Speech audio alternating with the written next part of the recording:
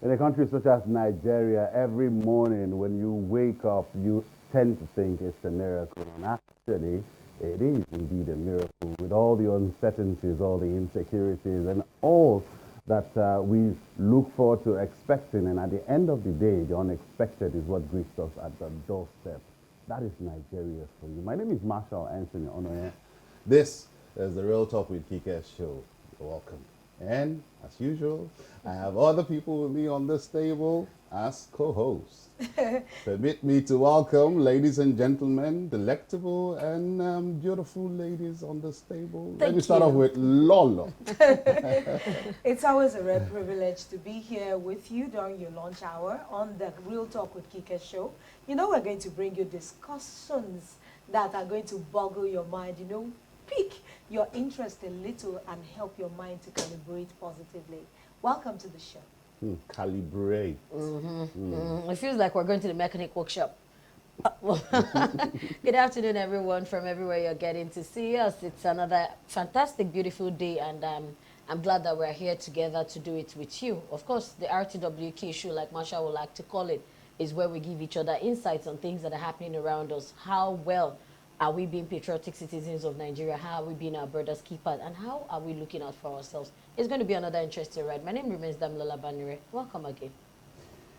In the days of former President Olusegun Obasanjo, it was once said that the man is a no-nonsense leader. And if he were to, or if he was to be ruling at this point in time when we have so much insecurity, that he would have declared certain states like Borno State as a state of emergency. Let's take you right into on this day in history, where we'll bring you a certain time when some states were declared states of emergency. Take a listen.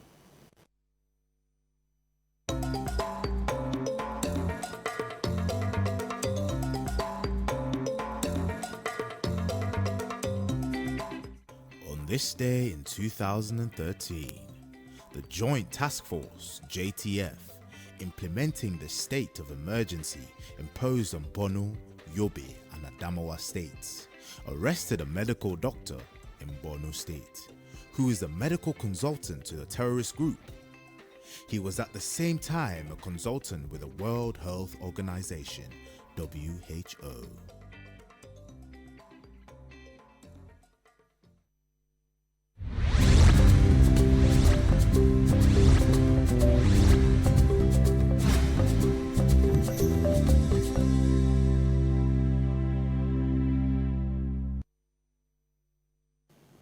Well, on this day in history, that was when the JTF caught the medical practitioner who was treating bullet wounds and taking care of the Boko Haram terrorists at that time. Lolo, what say you?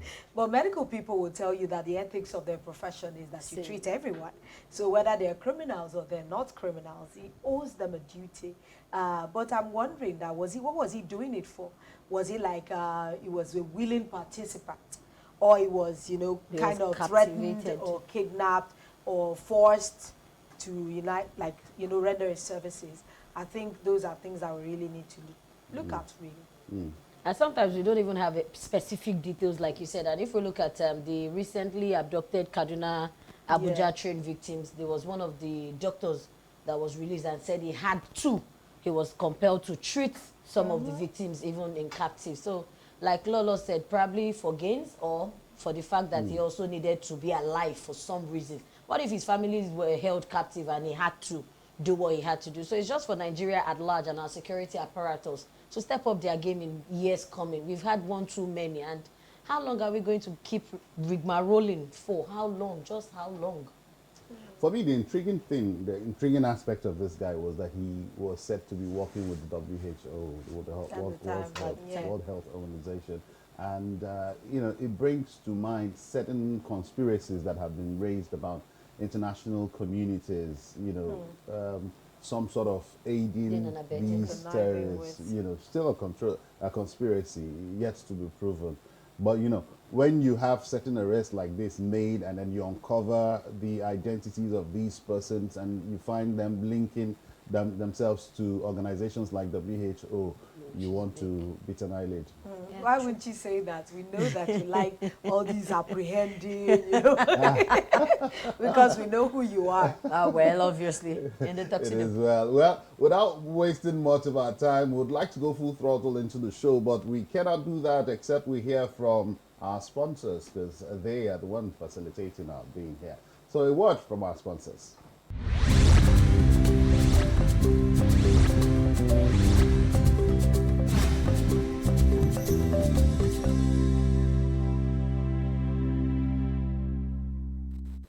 Just during the break, Lolo was talking about how it is an irony when we do so well on the international front, especially in games, in sports and athletics. Nigerians would rise to the occasion and say that is one of our own. And she cited an instance with the Anthony Joshuas of this world and how the government of Nigeria had to invite this man all the way down here to Aso Rock for some kind of dinner to celebrate our own. But when it is, when the news is the other way, you don't see Nigerians and Nigeria as a country rising up to say that is one of our own, especially when a game with the Super Eagles ends in a defeat like 4-2 from in the hands of Argentina or Brazil. You would hear the government inviting them to say that is our own. Well, we'll be talking about sports today and how Nigeria has thrived, or how Nigeria has excelled in recent competition in athletics in the Olympics, and we've got a guest who would be joining us remotely to discuss the victories we have recorded, the medals we've bagged recently that has got Nigerians really rising to say, I am a proud Nigerian. Let's take a look at the profile of our guest and return to the studio.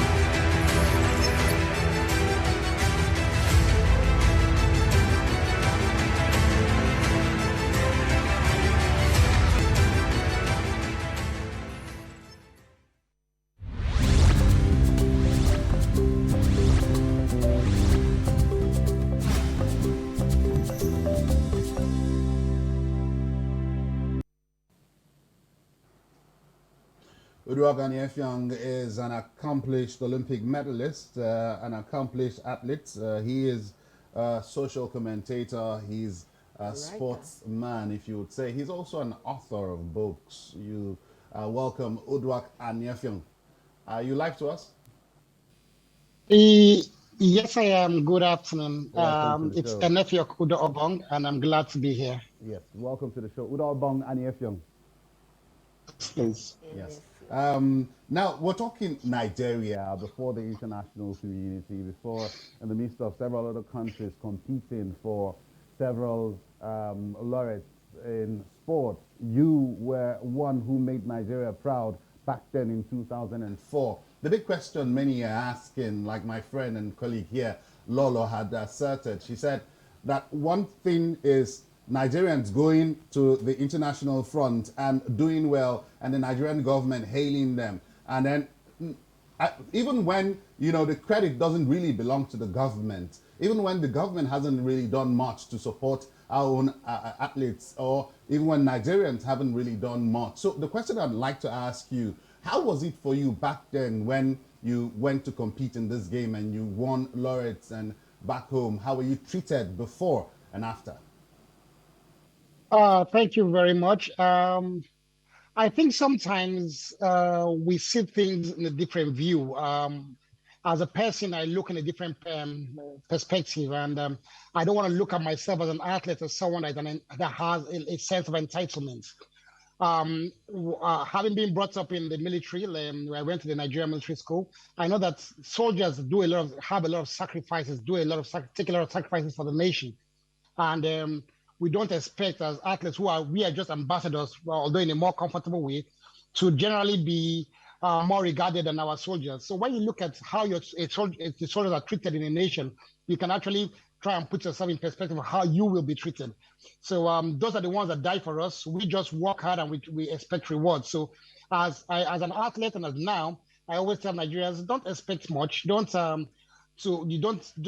be disappointed if nothing comes away, because you always feel that we always feel that expectations are in forms of rewards, in forms of prizes, in forms of cash, houses, and everything. Yes, we need those things. We like to be recognized, but that's not the main thing. As a nation, Nigeria has done something for us. They have given us the platform to represent them, to expose our talents to the world. They've given us the platform, Nigeria. No matter how bad our country is, it's our country. No matter whatever they don't do to us, it's our country. No matter what another country does, there will be no other country like ours. So we must always appreciate that that's our country. They've given us the platform. We've used the platform. Should they do more? Yes, they should.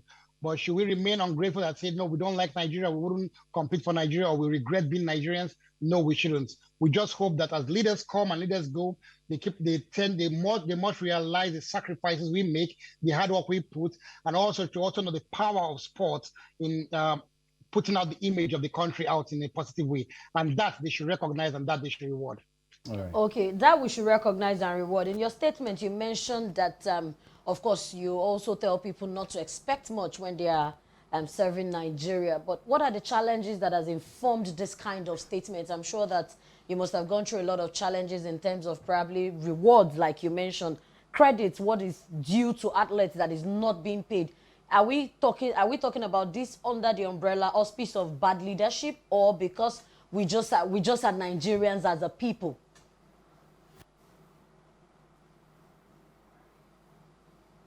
Did you get that, sir? Oh, well, I don't want to go into generally say bad leadership, because yeah, I got the main the frame of your question, and I wouldn't want to ascribe everything to bad leadership. I am not in a position to judge who the leaders or whatever they do. My indices are different. As a sportsman, my judgment will be based on what you have done for sports and what you can do for sports. I represented the country. My first Olympic was in 2000, where we won the gold medal. We only got a handshake from the president then, Olusegun Obasanjo. There was no form of rewards, and he was trying to teach us that it's all about pride, which we weren't really happy about that. There are things that need to be coming. For example, the national honors of MON should be given to all Olympic gold medalists. We haven't gotten ours yet, so we've been still waiting for the leadership to come up to that. So those are little things. It might be more of omission than the commission of the leadership, because I believe that every leader wants to reward its citizens, but they want to find the right ways in which to do it.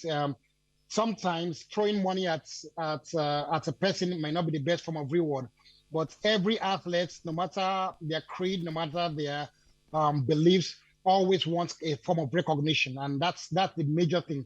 If you feel that giving money is the way to recognize them, so be it. If you feel like rewarding them, giving them houses or giving them a grant or whatever it is, just that recognition that they are recognized and they are rewarded makes an athlete feel good. Thank you so much. I like the diplomacy with which you are answering the questions. I understand, but I want to take it from another point of view. We see a lot of international competitions that Nigerians have been representing and other countries of the world have been representing. Every time we've done a marathon in Nigeria, Nigerians have never won it. No. Maybe you see countries like Tanzania, Uganda, you see Ethiopia, you see Kenya, they take away some of these awards. And from my experience looking at sports from an outside point of view, we seem to have this quick fix, quick prepare mentality in Nigeria. Last minute. What do you think, even for football? Imagine we have a tournament that people have been, preparing for like 3 years before. But Nigerians just get it, and in 6 months, we believe in the God of miracles and impossibilities. He's going to help us push through and win the medal. Do you think this is a problem of the athletes or the system itself that is not helping us prepare well? Thank you very much. They always say if you want to write the right answers, ask the right question. And I think that's a very right question, especially the way you ended it, because I was coming to say that sports does not exist in a vacuum. Sports exists within a society, and it is how the society is, the sport is. The fire brigade approach in which you're referring to, it's almost in everything. It's on record that the only thing Nigeria prepares for is elections. And you can see that we start preparing for, as I tell you now, as you speak to you now, there are some people preparing for the 2027 presidential election, not even 2023. So that's the only thing in Nigeria we prepare for. Every other thing is fire brigade, how does it come? And so the onus falls on the individual athletes to have their own plans, to have their own preparation. And this also happens in a sport like mine, which is athletics, which is an individual sport. You can do that. But in a sport like football, which you made reference to, it's always very difficult.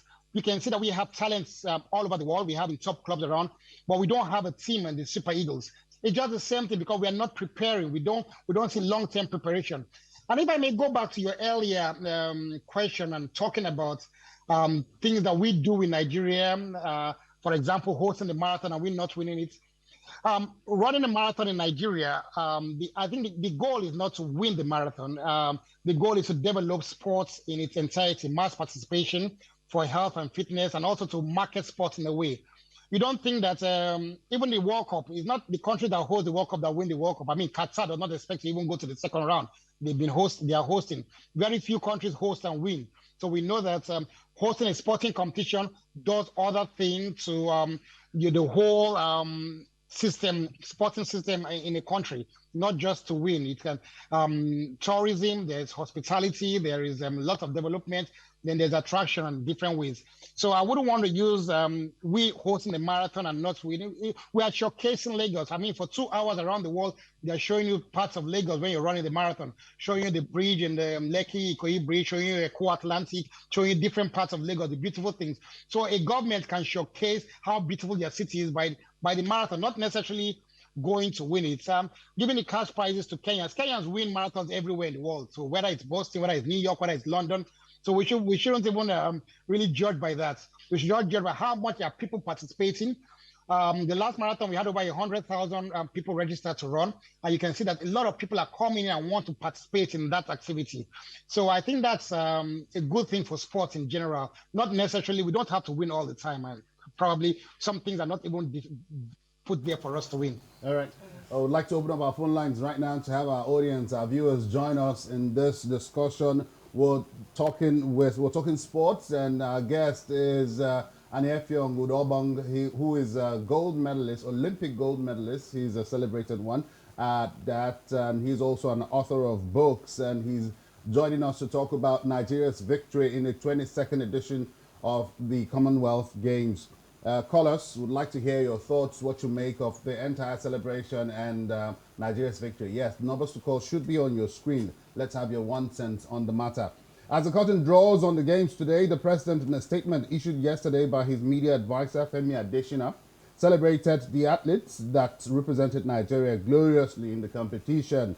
And he joined millions of other sports-loving Nigerians to watch some of the colorful and spectacular moments in the 11th day competition, which had no fewer than 6,000 athletes representing 72 nations and territories competing in 280 medal events. Saluting the memorable display of Team Nigeria athletes, the president said he commended 94 worthy ambassadors that proudly flew the Nigerian flag in 9 sporting events, and for those exciting moments when the medalists brought smiles to the faces of many Nigerians by breaking world, national, and game records. And that's forming the crux of our discussion. One question I'd like to ask you, Enefiok Udobang, the Dami was actually particular about how prepared we were, and that brought you to talking about how Nigerians prepared mostly for election. What would you say we should do going forward to see that the record sticks. Like you said, Kenyans compete for win medals in marathon all over the world. This is the kind of news or the kind of thing that we would love to be said about Nigerians worldwide. You know, so what can we do to have the record stick? The honor falls to you and I, and we start with you and I before we go into the government, because a lot of times we always try to say, what does the government do? What has the government done for you?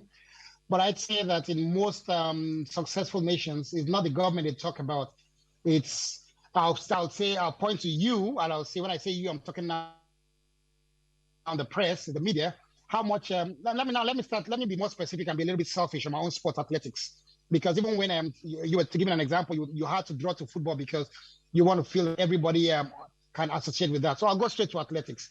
How many times do we put up athletics in the media? How many times have we seen any athlete? We have lots of athletics events back home in Nigeria from February to September. How many on TV? How many times do we hear the news? Even not by the excellent features or excellent feats of Toby on the screen now. Who would have spoke? Who knew about her? Toby has been running in Nigeria. She was brought up in Nigeria for the past 6 years. She's been All-African Games champion. She's been African Youth champion. She's been African Junior champion. She's been African champion. She's been Commonwealth champion before. It's until now she became a world champion and world record holder that we just realized, oh, we have a Nigerian, we have a superstar. But we've been having she and a lot of other athletes developing. They didn't just fall from the stars.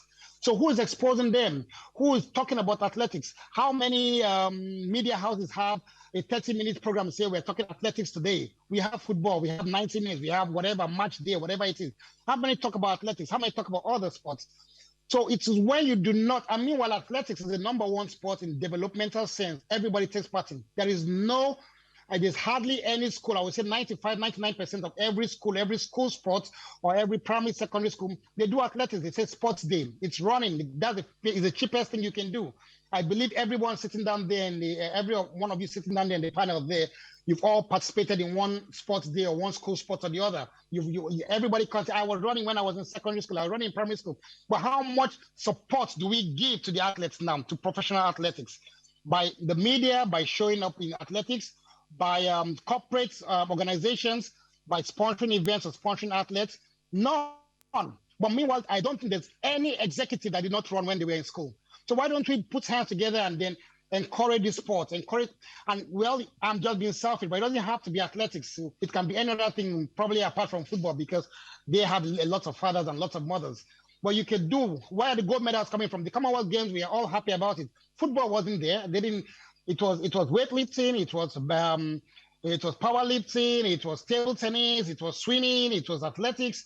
So we can actually do that, and we can start winning laurels. Every year we must be celebrated. We have the Commonwealth this year. Next year we will have the probably All-African Games. The following year we'll have the Olympics. Then we come back to the Commonwealth. So every year there is a multi-sport event we can celebrate. So why don't we just, as citizens, as people that love sport and love the celebrations and love the pride that the athletics gave us, let's start investing in it in whatever little way we can. And that's my own communication. That's my own appeal to every one of us. And that's why I've been trying to push Lolo here to bring back the glorious days, her glorious days from secondary school when she when she defeated the boys in middle-age marathons. She was really good in her days in running and long jump as well. But you can imagine how she's turned out. I'll try to get her back on that. We need to go for a very quick commercial break, and when we return, the beautiful ladies will still be here, and Enefiok will still be with us. We'll return after this break. Stay with us.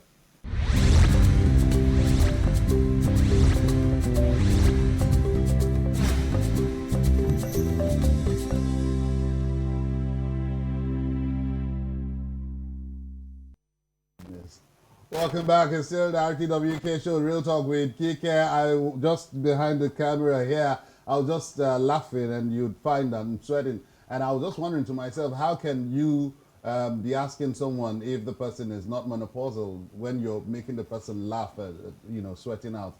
Lolo was asking that question.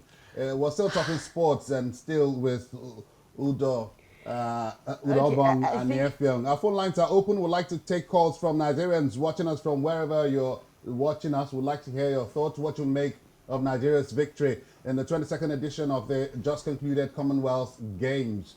Our guest is still with us. I'd like Danny to take that question. I really want to ask you, I like your submission, the previous one before we went on the break. It was quite brilliant and assertive. But if you're talking about pointing accusing fingers at media, yes, the media has its own fault by and large. But however, I also think that there are some games that are quite capital intensive in the sense of, I'm talking about sponsorship. Now, looking at your own area of specialization as athletics, sponsoring athletics, I know Toby, there was a news about Toby who had incurred about $50,000 in loan before she even won the 100,000 US dollars. So, do Nigeria sponsor athletes as much as we should?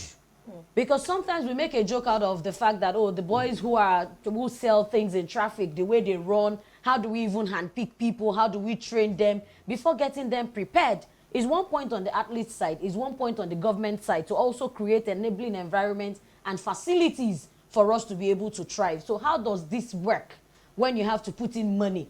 Because football, of course, we know what football generates, revenue incomes and all of that. Does athletics also generate such funds to attract even media to it? Right.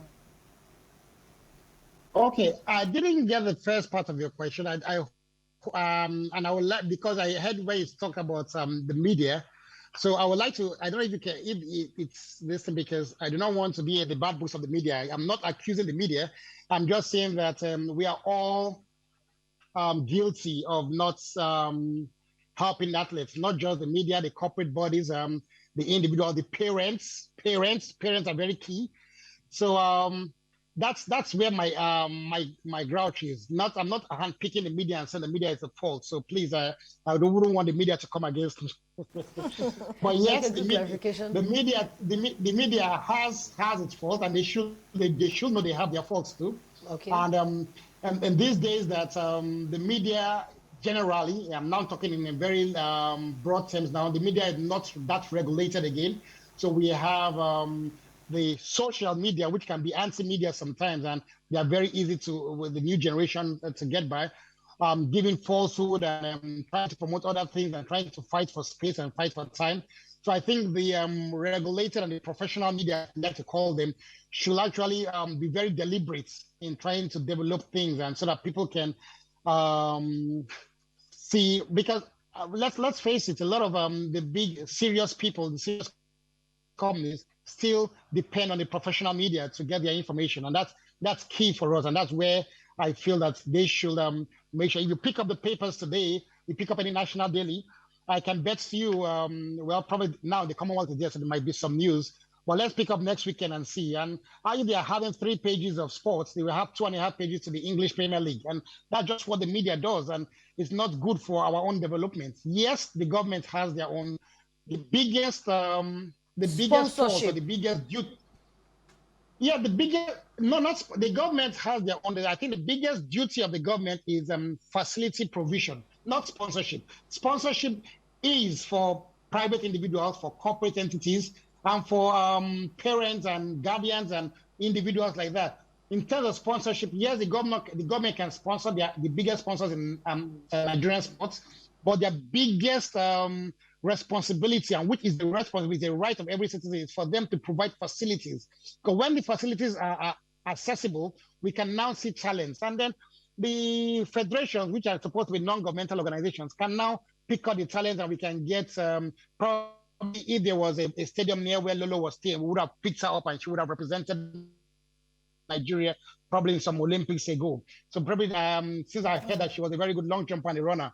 So we've lost a talent there, and that we are losing millions of other talents that way.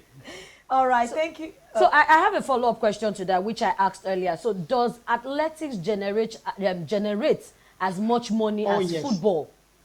If everything was being in order and there were adequate sponsorship, enabling environment, is it? I think it's obvious. If you look at the betting community and Which is obvious. Football makes more money than athletics. You know. So that's why I'm asking. Yeah, no, we can't say it makes as much money, but it does generate money, and that's why we have the marathon. We can have a race a one-day race in Nigeria where we give out over $100,000 in prize money. That shows it's not charity; it's a business. That shows that it can generate some money.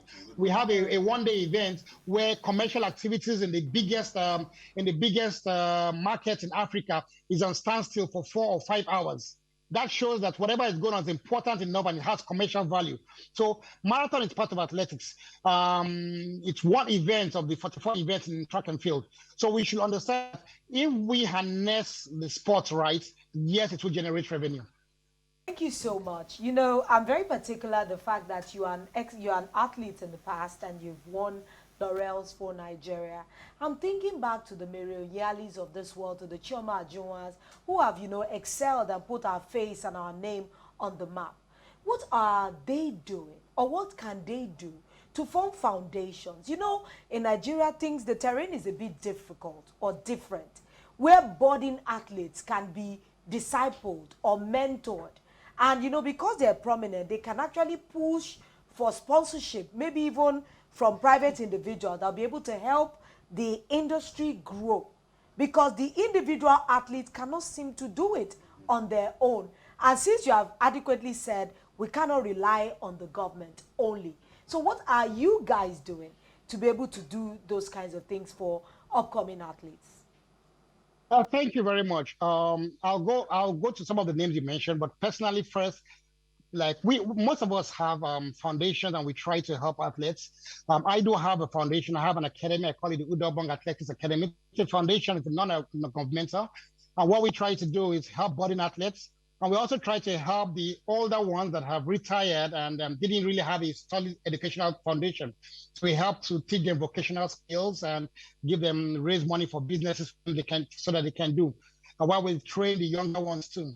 I also am very aware that Chioma Ajunwa does have an NGO. She has a foundation that she's built one of the biggest. She did a launch in something last year. She's built one of the biggest hostels where some less privileged people can go and stay and try and start training. I think she's trying to get some coaches now to start bringing them up. So I think the problem is that the ex-athletes are trying. Some of us are trying, and it's always boiled down to finance and how much are corporate organizations willing to let go for charity purposes to help us. My foundation, we've been looking for sponsorship for a very long time. We haven't gotten. Early in the year, we did a competition for young boys and girls in schools, which was massively funded for 1 week in Lagos. Over 10,000 students came. So it is the kind of thing we try to encourage. But yes, we may not have we may be too technical in our delivery, that we may not have the management and marketing skills to portray to the world. And maybe that's where we lack. Probably we try to get some professionals to help us with that. But then I know on personal levels that there are about 3 or 4 foundations by ex-athletes, and we always bring athletes that are together, those that are in America and different places. They send shoes, they send kits. Let me interrupt your line of thought here. We have John who's calling us from Ogun State. John is live to us from River State, I beg your pardon. John, what's your contribution on the program today?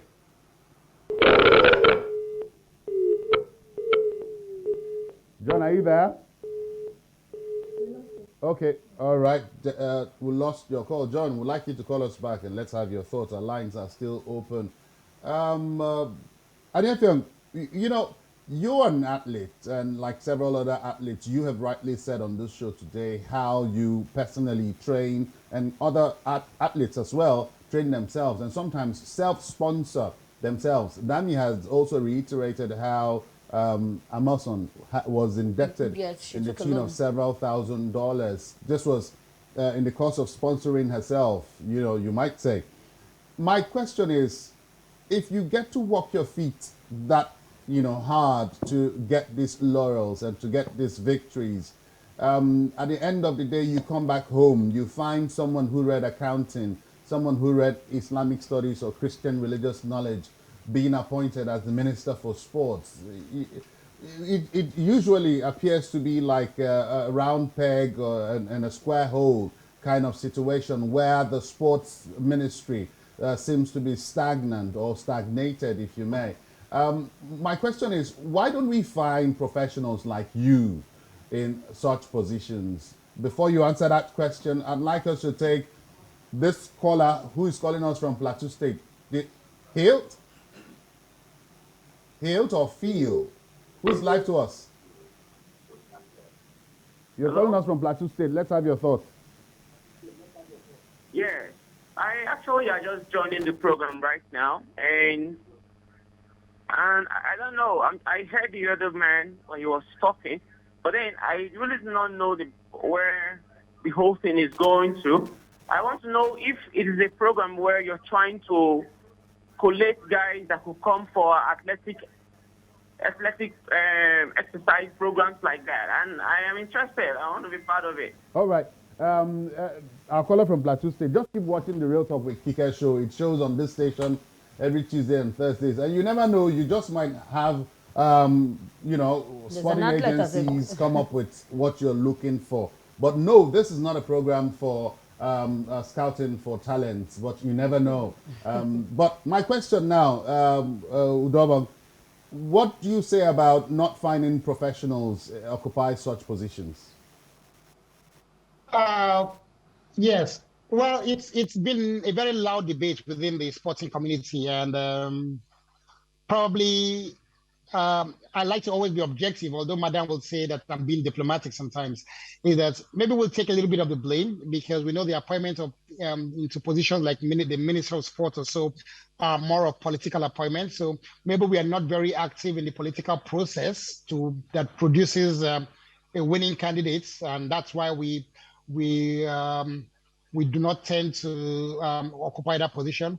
But it has been one of the major reasons for the call, because sportsmen are interested in technical knowledge. We are so technical, we prefer to concentrate on our sports. We'd like to be apolitical. We do not really care. I mean, the Nigerian team won the 4x100 meters gold in the Commonwealth. It was a team made up of 4 Nigerians. Nobody cared if they're north, south, east, west. Nobody cared if they're Muslim, Christian. Nobody cared if they're Igbo, Hausa, Yoruba. We are happy that Nigeria. And that's how we feel in sports. We take everything as Nigeria. So politics is actually anti-sports to us. It doesn't sit up well with us. So we are more technical. We like to see the sports develop.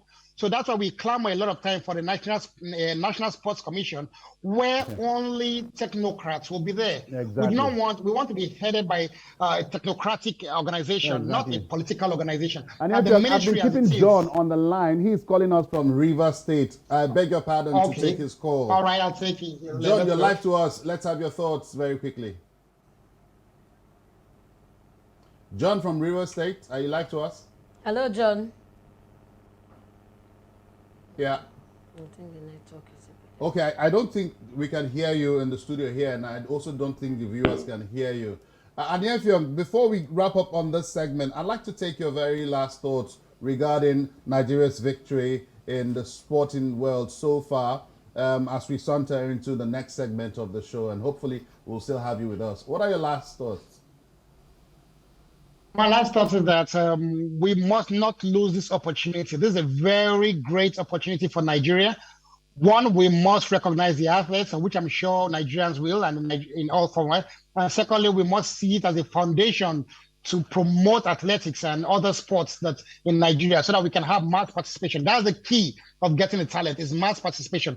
More people should take part in sports, in schools, in colleges, wherever they are. And we must use this as a basis to encourage more active participation in sports.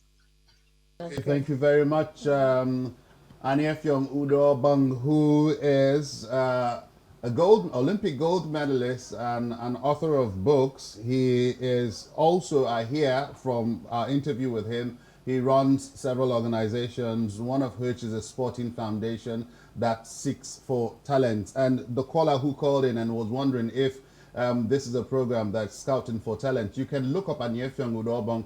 You could just simply ask Google and find his social handle and follow him up on that aspect. We'd like to say a very big thank you for joining us. But before we let you go, our next segment is where we touch on trending issues, stories that kind of interest us largely, and would like for you, Enefiok, are you still with us? Do we still have a Enefiok? Yes, we do. Okay. Yes, we do. Would like you to still stay with us as we look at some of these trending stories. Our first story is the Nigeria Center for Disease Control, NCDC, saying that the number of confirmed cases of monkeypox has risen to 157. And I was listening to the radio today, and I heard about a professional, a health expert, who was saying, look, people seem to be moving around a lot with symptoms of this monkeypox and not knowing that it's monkeypox, mistaking it for chickenpox, and not being aware of the precautionary measures they should take. I'd like to ask Lolo, what do you make of this rising epidemic? Honestly, we need to really, really be more proactive as a people, because we've had a series of epidemics threaten us. We've had Ebola, we've had COVID. We need not go back to what we used to be. I think everybody should just keep the hygiene level at the same level we've kept it while we're battling the epidemic. If you're going to public spaces, if you can't help yourself, wear your face mask and keep washing your hand, because in Nigeria, we are having a crisis as a nation. Imagine if something breaks out. Which hospital do you want to go to? Do you know how many of our doctors have migrated? That means absolutely, our hospitals are struggling. There's no light. There's no money. So if you now have an epidemic in our hands, maybe it's Yalago that will treat all of us. I don't know. All right, just like the NCDC has rightly said that we have about 157 cases across 26 states out of 36 states. So it begs us to the mathematics that only 10 states are about free as of now. So if we have 26 states, the number is 26 is greater than the remaining 10. It means that we really, really have work to do. I remember just like on Tuesday when we spoke about Dr. Atanda-Owo of the Ebola, the way we were so responsive in combating Ebola. I don't think we're having that response now. Even during the 2020 COVID-19 pandemic, it was very swift, because it felt like it was something that when it breaks out really bad, it's going to be really bad. And we had things happening around the international world and death cases rising, and it kept multiplying. So it tells me that Nigeria, sometimes we are complacent, we are laid back when we have to be more proactive and to not, this is not the time to, I will refer back to buying of the vehicles for Niger Republic. This is not the time to be buying vehicles for Niger Republic when we have a lot of things on our hands to combat. Health is wealth, like they say. And if we keep going like this, of course, like Kike would always say that the lifespan of an average Nigerian has been reduced, even by Google saying to about 45 or 50. And now you have such threatening life case. So I don't think we're going anywhere with this. So the federal government of Nigeria and the medical society should please do something in earnest to really reduce the tension of monkeypox. Okay, you're talking about the life expectancy. Life expectancy is even 54. about 50 years, 54, okay, 54 now. Yes, yes. 54 now, you now have monkeypox. I don't have monkeypox. No, not you. I'm saying invariably that somebody now has monkeypox. You that you're not even sure of 54 yet. You now have monkeypox again. You're talking about the nation battling with monkeypox. Battling with monkeypox. I mean, it's going to be a disaster. Well, you know, like, I think you ladies have said it all, you know. Lola said, look, let's try to maintain the hygiene we used to, precautionary measures that were put in place in the wake of, what was that? COVID-19, yes, should still be in place. Maybe certain kind of restrictions. You don't enter certain places without your nose masks and all of that. And that ban was lifted. Because we also even if you can help it, that's what I said. If you really feel comfortable with it, why not? Especially if you know you've been exposed somehow.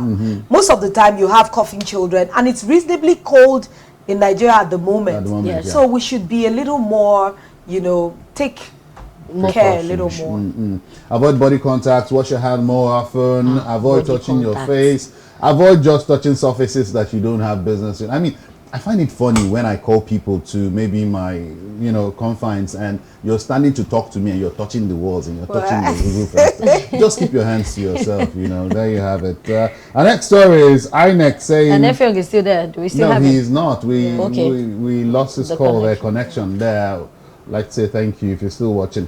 Our next story is INEC saying 53 million voters disenfranchised on ethno-religious grounds and shut out of 2023 presidential election, including over 7 million registered voters denied biometrics capturing, and 20 million denied PVC since 2019. Well, that's not INEC saying. This is a CLO talking about how some people have been disenfranchised. Dami, I'll start off with you. Well, I think the major bite of this story is based on ethnicity, religion, and all of that, which I really, we really used to have or speak about one Nigeria. And what's one Nigeria? Beyond ethnicity, beyond culture, beyond religion, is one Nigeria. We are first people. We are first humans. I mean, when you bet a child in the hospital, first you're asking girl or boy before is even Nigerian, is his father Cameroonian or Togolese or what have you. So I think we should just go back to that spirit of unity of one Nigeria for whatever it is. These days I really don't feel very comfortable with news that talks about ethnicity divide, religious divide, and it feels too worrisome for me. So I would like to skip on it. Honestly, I just think that the elections are upon us. We're a bit tired of all these things that disenfranchises people. Just today, we've seen loads and loads of videos flying around where voters' cards are found in gutters, are found being thrown out. Aside that, we use money to produce these cards in the first place. We already have issues of people registering, and we're having multiple registrations. Those technical issues are on ground, and they're talking of things like ethnicity. They are there, battling, that are just normal. Now we even have additional ones that we're importing on ourselves. When are we ever going to get it right? This 2023 election is so crucial. We can't even play with it at all, because the fate of our nation is hanging in the balance, and we must get it right. I'd just like to touch on the videos. I don't know if you have any of them, if the technical guys will let us know if you have any of those videos to play, where, Lolo, you talked about how PVCs have been found in gutters. Some guy on Sunday released a video on social media where he said he was walking along or jogging along Lagos Ibadan Expressway and saw a vehicle, throwing away, disposing these PVCs. And in our discussion this morning, you said you were wondering how is it that INEC, prints these cards and disposes it, again. And I was saying, I don't think it's coming from somebody INEC. Must have I think it's just, saboteur within the system. In between. Some people just want to hold on to power against all odds, want to just rig the system.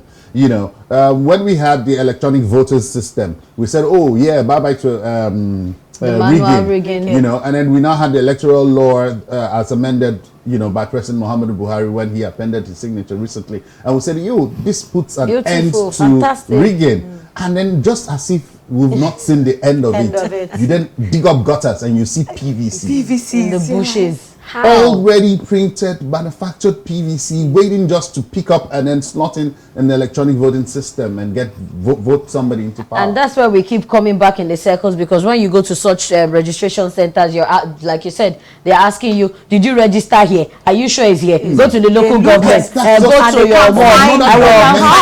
Are you sure it's not multiple registration and all of that? And you're almost perplexed that I registered. I should have a card. So for me, I'd really say, because I put a little bit of my trust in INEC, to say I hope they can reach out to these people discovering these items and see that these items find their owners.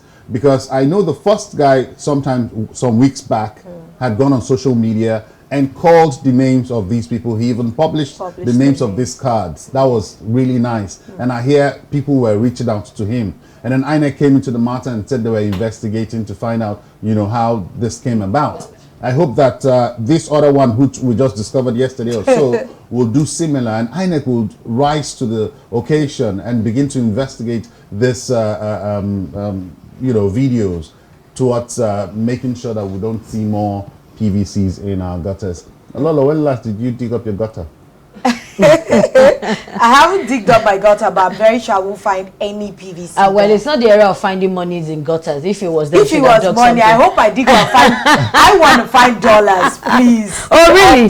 You want to find dollars? Yes. Let them just forget a Ghana must go near my house. If you want to find dollars, if you want to find dollars. Do you remember that story where they found some money in some house around Osborne in Ikoyi? There were several monies that have been found. Well, I'll tell you, if you want to find dollars, find Kike's house, and just right in front of her house, dig up her gutters. You just might find dollars. I will take an on behalf. Please, you have money tree in your house. Well, this is how we want to end the show today, by remembering the host of the show who is on vacation somewhere, because Lola has called her a workaholic. Dami has called her a diehard woman. I call her the chief wife of the house. Kike Atanda-Owo, want to say thank you very much for this privilege to host your show. It's not really easy being in your shoes. I mean, man, you know. Why are you sounding like Peter Doche? I want to say thank you to everybody who watched and called. Join us same time next week from Tuesday. Same time Thursday. We're doing Thursday same now. Time next week as well. My name is Marshall Anthony Ono, just in case you're wondering, and she is? My name is Damlola Banire, and I always say be patriotic citizens of Nigeria. Please! And my name is Omotuna Adeboale David. You call me Lola One. Enjoy the rest of your day. Bye-bye.